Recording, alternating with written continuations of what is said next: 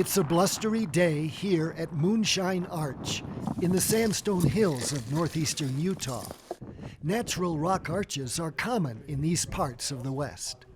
I don't think anybody knows how many we have. We have a database of thousands, but I think there are more yet to be discovered. With support from the National Science Foundation, geologist Jeff Moore and a team from the University of Utah are using seismometers to monitor the structural integrity of these spectacular geological landmarks. We take continuous seismic measurements and we process those just for the vibration properties of the arch. They also take photographs, often with a drone, to make a 3D model of the arch. They found each one naturally vibrates with its own resonant frequency, much like a guitar string.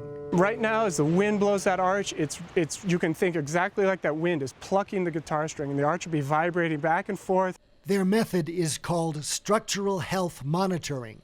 It's an up-and-coming way for land managers, like park rangers, to assess what's going on with an arch that may be weakening. Say, for example, that a chunk falls off the bottom of an arch one day. Then the question will come up, is the arch collapsing? Is it safe to allow people to use that trail, for example? Or shall we change everything? Shall we restrict people? What shall we do? Now, we haven't come upon that scenario.